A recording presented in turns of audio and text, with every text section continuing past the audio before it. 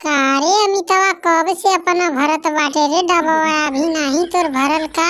का आजी तू गाय के तो खाली नारे पे पकड़ पकड़ लगैली करे अभी तनिको नहीं भरनी तबले कहत बाटी कि हमार भर दा। कहाँ से भर दी? पहले हमार भर जाई तब न तोर भरत। ए अमित बाबू पहले हमार भर दिया हो तब बूढ़ा के भरिया। हमार के बहुत जरूरी बा, हमरे घरवा के हुआ आयल बा। ए भौजी तू तनी 5 मिनट रुक जा, पहले आजी का भर दी करे बाद तोहार भर देबे। कब्बा से कौगा मई कर कर कैले बा।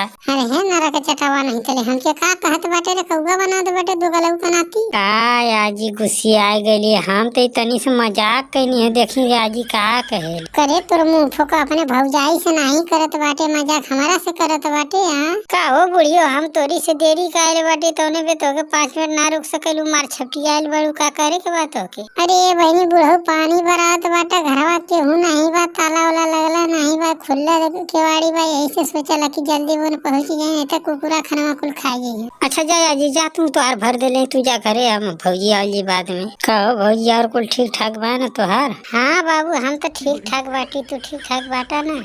हाँ भौजी हम ठीक है।